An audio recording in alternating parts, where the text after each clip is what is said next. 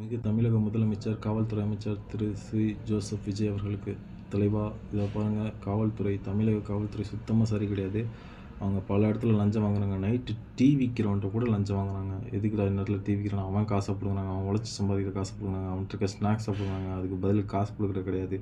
பல இடத்துல வண்டியை லோடு வண்டி, இந்த டாடா சி 407 இந்த மாதிரி வண்டியில் ஓட்டிட்டு வர டிரைவருங்களை பிடிச்சிட்டு சும்மா பூச்சப்பு இல்லாமல் 50 ரூபா கொடுத்துட்டு போ, 100 ரூபா கொடுத்துட்டு போகணும், சம்மந்தமே இல்லாமல் சும்மா காசு கொடுத்துட்டு போகணும், காசு வசூல் பண்ணுறாங்க. லஞ்சம் வாங்குறதுல தமிழக போலீஸ் உலகத்திலே நம்பர் 1 இடத்துல இருக்கிறாங்க. ஏன் இப்படி இருக்காங்க தமிழக போலீஸ்? ஏன் இப்படி ஒரு திருடனோட கேவலமாக நடந்துக்கிறாங்க? ஏன் தமிழக போலீஸ்க்கு தமிழக அரசு சம்பளம் கொடுக்கலையா? அந்த சம்பளம் பத்தலையா? ஏன் அப்படி பிடுங்கி திங்கிறாங்க தமிழக போலீஸ்? எனக்கு தெரியல. இதை பாருங்கள் தலைவா, தமிழக போலீஸ் வந்து முழுக்க முழுக்க இப்போ நான் ஃப்யூச்சரில் மேபி குற்றவாளியாக மாறலாம், தீவிரவாதியாக கூட மாறலாம். அதுக்கு முழுக்க முழுக்க காரணம் வந்து தமிழக காவல்துறையாக மட்டும்தான் இருக்கும். அதை நான் ஆணித்தனமாக தெரிவிச்சுக்கிறேன்.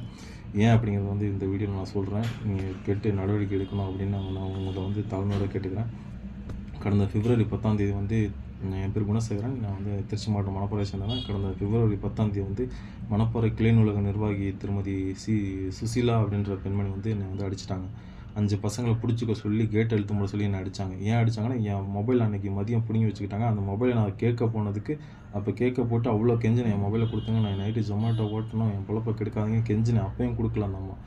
பதிலுக்கு நான் ஒரு லேடியாக முதல்ல நடந்துக்குங்க மேடம் அப்படின்னு சொன்னதுக்கு, என்னென்ன நீ அப்படி பேசுகிற நீ அப்படின்னு சொல்லிட்டு அந்த பசங்களை பிடிச்சிக்க சொல்லி அடிச்சாங்க. அன்றைக்கி நான் நைட்டு கம்ப்ளைண்ட் கொடுத்தேன், நடவடிக்கை எடுக்கல. மறுநாள் ஜிஹெச்சில் ஆக்சிடென்ட் ரிப்போர்ட்டு கம்ப்ளைண்ட் பண்ண சொன்னேன். அந்த ரிப்போர்ட் வந்து ஸ்டேஷனுக்கு போயிடுச்சு. அதை நான் ஆர்டிஐயில் முதல் தகவல் அறிக்கையில் பெற்றிருக்கேன். அதுக்கான ஜெராக்ஸ் சென்டர் இருக்குது. திரும்ப ஒரு 2 வாரம் கழித்து நான் எஸ்பி ஆஃபீஸில், திருச்சி எஸ்பி ஆஃபீஸில் பெரிய பெட்டிஷன் 12 பக்கம் 15 பக்கம் அடங்கின பெட்டிஷனுக்கு கொடுத்துருக்கேன். அதுக்கான ஜெராக்ஸ் என்கிட்ட இருக்குது. எல்லாமே நான் எழுதி கொடுத்தேன். நான் அப்போ அருண்ராஜ் சார் வந்து திரும்ப அந்த பெட்டிஷனை வந்து வாங்கினாங்க. ஃபஸ்ட்டு பெட்டிஷன் கொடுக்கும்போது லியோனியா மேடம்கிட்ட கொடுத்தேன் மணப்பாறையில் நடவடிக்கையில். திரும்ப எஸ்பி ஆஃபீஸில் கொடுக்கும்போது எஸ்பி ஆஃபீஸில் ஒரு சார் வாங்கி திருச்சி மாவட்டம் மணப்பாறை எஸ்ஐ அருண்ராஜ் சார்கிட்ட கொடுத்தாரு. அவர் நடவடிக்கை எடுக்கல. அவர் எங்கள் அப்பாவை கூப்பிட்டு சமாதானம் பேசினார்.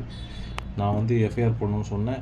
எஃப்ஐஆரே போடல. 3 மாதமாக டிலே பண்ணாங்க. இப்போ வந்துட்டு அந்த அம்மாவுக்கு நான் தொடர்ந்து பிரச்சனை கொடுத்துட்ருக்கேன் அப்படின்னு சொல்லி அந்த அம்மா ஏதோ ஒரு கம்ப்ளைண்ட் கொடுத்தாங்க சொல்லிட்டு என்ன அரெஸ்ட் பண்ணுறேன், எம்எல்ஏ எஃப்ஐஆர் பண்ணுறேன்னு சொல்லிட்டு எங்கள் வீட்டுக்கு வந்து போலீஸ் வந்து டெய்லி வந்துட்டு என்னை தேடிக்கிட்டு எங்கள் அப்பா அம்மா கிட்ட வந்து சொல்லிகிட்டு இருக்காங்க. இப்போ வந்து எனக்கு மணப்பாறை காவல்துறை சேர்ந்தவங்க என்ன சொல்கிறாங்கன்னா, உங்கள் பையன் மேலே எஃப்ஐஆர் போடுறோம், இந்த எஃப்ஐஆர் எடுக்கணும்னா உங்கள் பையன் மென்டல்னு சர்டிஃபிகேட் கொடுங்க அப்படின்னு வந்து ஃபோர்ஸ் பண்ணுறாங்க.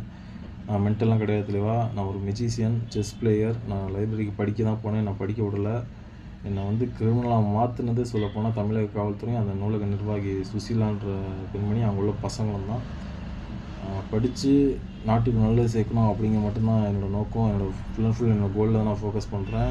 எனக்கு நிறைய டேலண்ட் இருக்குது. நான் ஒரு மெஜிஷியன், ஒரு செஸ் பிளேயர், ஒரு என்ன சொல்ல க்யூப் சால்வர், மிமிக்ரி பண்ணுவேன். நிறைய டேலண்ட் இருக்குது. நான் ஃபுல் அண்ட் ஃபுல்லாக என்னோடய கோலில் தான் ஃபோக்கஸ் பண்ணுறேன். இத்தனைக்கு நான் வந்து அந்த சம்பவம் நடக்கிறதுக்கு ஒரு 10 நாளைக்கு முன்னாடி தான் தமிழக காவல்துறையில் வந்து நண்பர்களுக்குள்ளே சேர ஆசைப்படுறேன்னு சொல்லிட்டு அதுக்கான ஒரு பெட்டிஷனே லியோனியா மேடம்கிட்ட கொடுத்தேன். என் மேலே இது வரைக்கும் எந்த புகாரும் கிடையாது, எந்த கம்ப்ளைண்டும் கிடையாது. அந்த சம்பவம் நடக்கிறதுக்கு முன்னாடி வரைக்கும் எந்த எஃப்ஐஆரும் கிடையாது. அதுக்கும் ஆதார் கார்டு, என்னோடய ஐடி ப்ரூஃபு, என்னோடய சர்டிஃபிகேட்டு, ஜெராக்ஸ் எல்லாமே வந்து அந்த மேடம்கிட்ட நான் கொடுத்துருந்தேன். சரிப்பா, எனக்கு ஃப்யூச்சரில் அவங்க உதவி தேவைப்பட்டால் கூப்பிட்றேன்னு சொல்லி அந்த அம்மா அனுப்பிச்சாங்க, லியோனியா மேடம். அதுவும் கூப்பிடல. இதுக்கப்புறம் இந்த மாதிரி சம்பவம் நடந்துச்சு. அன்றைக்கும் நான் மணப்பாறை காவல் நிலையத்தை அங்கே என் ஃபோனை பிடிங்கி வச்சுட்டேன், என் புக்கை பிடிங்கி வச்சுருக்கேன், மீட்டு கொடுங்கன்னு. மதியம் 12 மணிலேருந்து நைட் 8 மணி வரைக்கும் எனக்கு எந்த போலீஸும் உதவிக்கு வரல, எந்த போலீஸும் வாங்கி கொடுக்கல. 8 மணிக்கு வேறு வழி இல்லாமல் நான் போய் ஃபோனை கேட்டேன், அந்த மாதிரி ஃபோனை கொடுக்கல. இந்த மாதிரி நான் ஒரு லேடி நடந்துக்கங்கன்னா அதுக்கு என்னை அடிச்சிட்டாங்க. இன்றைக்கி வரைக்கும் அந்த அம்மா மேலே நடவடிக்கை எடுக்காமல் எம்எல்ஏ எஃப்ஐஆர் போடுறேன்னு சொல்லிட்டு போலீஸ் வந்து என்னை வந்து ப்ரெஷர் பண்ணுறாங்க. எங்கள் வீட்டுக்கு வந்து ஃபோர்ஸ் பண்ணுறாங்க. என்னை வந்து மென்டல்னு சர்டிஃபிகேட் கொடுக்க சொல்லி எங்கள் அப்பா அம்மா வந்து வற்புறுத்துறாங்க. நான் மென்டல்னு சர்டிஃபிகேட் கொடுக்க முடியாது தலைவா. அந்த அம்மா மேலே எஃப்ஐஆர் பண்ணணும், அந்த 5 பசங்க மேலே எஃப்ஐஆர் பண்ணணும், அதுக்கப்புறம் என் மேலே எஃப்ஐஆர் பண்ணணும். இதுக்கு ஓகேனா ஓகே, இல்லை அந்த அம்மாவை நானும் சமாதானமாக போகிறேன்னாலும் ஓகே. அந்த அம்மா எழுதி கொடுக்கணும், இனிமேல் இந்த பையன்ட்டு நான் இந்த பிரச்சனையும் வச்சுக்க மாட்டேன், இந்த பையனை வந்து லைப்ரரியில் அலோவ் பண்ணுவேன். ஏன்னா என்கிட்ட வந்து 60 ரூபா பணம் கட்டின ரசீது இருக்குது. ஆண்டு சந்தா கட்டி மெம்பர் ஆனேன் நான் லைப்ரரிக்கு. நான் முறைப்படி ஆதார் கார்டு, ஃபோட்டோ எல்லாம் கொடுத்து மெம்பராக இருக்கேன். அதுக்கான ரசீது என்கிட்ட இருக்குது. என்னை வந்து லைப்ரரியில் அலோவ் பண்ணும். இதுக்கு ஓகேனா ஓகே, சமாதானம் போகிறதுக்கு நானும் சமாதானம் போகிறேன். லைப்ரரிக்கு போவேன், நான் வந்து என் வேலை இருப்பேன். இல்லையா, எஃப்ஐஆர் போடுங்க, அந்த மேலே எஃப்ஐஆர் போடுங்க, அந்த 5 பசங்க மேலே எஃப்ஐஆர் போடுங்க, அதுக்கப்புறம் என் மேலே எஃப்ஐஆர் போடுங்க, நீங்கள் நடவடிக்கை எடுங்க. இல்லை என் மேலே மட்டும்தான் எஃப்ஐஆர் போடுங்க, அந்த அம்மாவை அந்த 5 பசங்க மேலேயும் எஃப்ஐஆர் போட மாட்டேன் அப்படின்னு தமிழக காவல்துறை சொன்னாங்கன்னா, நான் வந்து மிகப்பெரிய குற்றவாளியாக மாறலான்ட்டு இருக்கிறேன், மிகப்பெரிய தீவிரவாதியாக மாறலான்ட்டு இருக்கிறேன். அதுக்கு முழுக்க முழுக்க காரணம் தமிழக காவல்துறை மட்டும்தான். இதை நான் தெரிவிச்சுக்கிறேன். நன்றி தலைவா.